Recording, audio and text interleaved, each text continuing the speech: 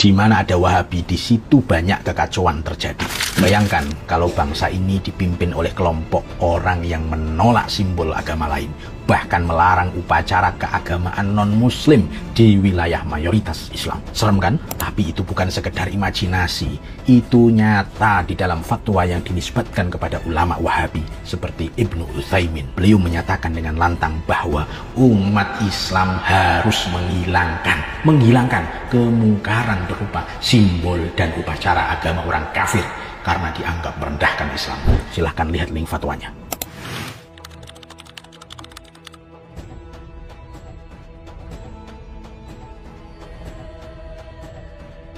Padahal kalau kita balik ke zaman Rasulullah SAW, justru toleransi itu dijunjung tinggi.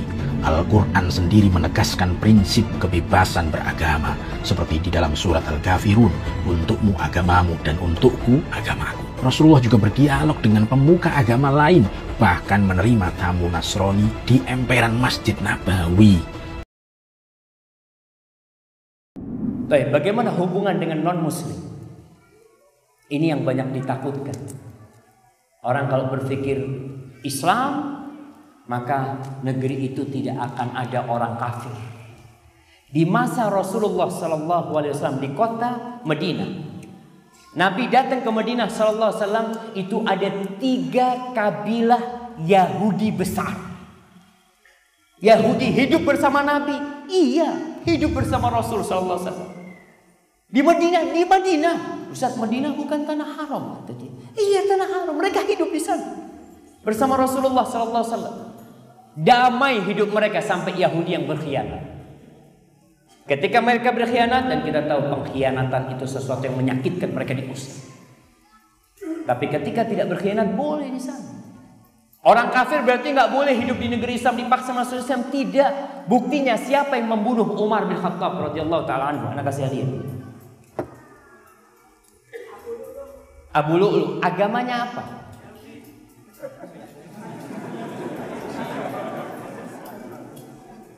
Kirim ke belakang sana. Abu Lu'lu al-Majusi. Bayangkan di kota Madinah ada orang Majusi hidup. Di kota Madinah. Antum mau bicara apa? Islam itu intoleransi, mendiskriminasi mereka. Hidup di Madinah orang yang beragama Majusi. Abdullah bin Amr bin As pernah suatu hari dia nyembelih kambing. Dia ngomong sama pembantunya, Jaron al-Yahudi, jangan lupa tetangga kita yang Yahudi. Tetangganya Yahudi dia. Ini di kota Madinah. Apa kata sahabat-sahabatnya Abdullah bin Amr bin As? Ya Aba Abdurrahman, al-Yahudi, kau mau kasih sama yang Yahudi? Kata dia, iya. Kenapa? Sami'tu Rasulullah sallallahu alaihi wasallam yaqul. Aku mendengar Rasulullah sallallahu alaihi wasallam bersabda. Apa sabda Nabi? Ma zala Jibril yusini bil jar hatta dhanantu annahu sayuwarrithi. Malaikat Jibril itu terus ngasih wasiat sama aku agar berbuat baik kepada tetangga, sehingga aku mengira tetangga itu akan dapat warisan. Tetangganya Yahudi. Allah berfirman di surat Al-Mumtahanah ayat 8 ayat 9, kata Allah, la yanhaakumullah 'anil ladzina lam yuqatilukum fid din wa lam yukhrijukum min diyarikum an tabarruhum wa tuqsitu ilaihim innallaha yuhibbul muqsitin. Allah itu enggak melarang kalian untuk berbuat baik kepada orang-orang kafir, ahlul kitab, yang mereka tidak memerangi kalian dalam agama kalian dan tidak mengusir kalian dari negeri kalian. Kalian berbuat baik sama mereka, berbuat kebajikan, menolong mereka, enggak apa-apa. Allah cinta kepada orang-orang yang berbuat kebaikan dan orang-orang yang berbuat adil. Tuh. Dalam urusan muamalat, ya, tapi dalam urusan hati, sampaikan kepada mereka bahwa kita benci sama orang kafir. Kau benci? Iya. Kita berbuat baik wajib. Kenapa kau benci sama orang kafir? Ya bagaimana dia mengatakan Allah itu punya anak? Umpamanya dia mengatakan Allah itu banyak, lah anak benci, anak mukmin. La a'budu ma ta'budu. wala antum abiduna ma'abud. Kebencian itu ada, tapi kita tidak boleh berbuat zalim kepada mereka. Nahnu bura'a'u minkum. Kita berlepas diri dari kalian dan dari apa yang kalian sembah. Kafarna bikum. Kita kufur kepada kalian. Enggak sama agama kita sama agama kalian. Wa bada bainana wa bainakumul adawatu wal baghdha'u abadan. Tampak antara kita sama kalian permusuhan, kebencian iya. Jadi kita enggak munafik. Tidak menuduh kita cinta sama orang Nasrani, enggak, kita benci sama mereka. Mereka juga benci sama kita. Ustadz katanya bencilah perbuatannya, jangan dibenci orangnya. Kadang-kadang kita dengar seperti itu. Ana mau tanya, kalau ada seorang lelaki yang memperkosa ibu antum,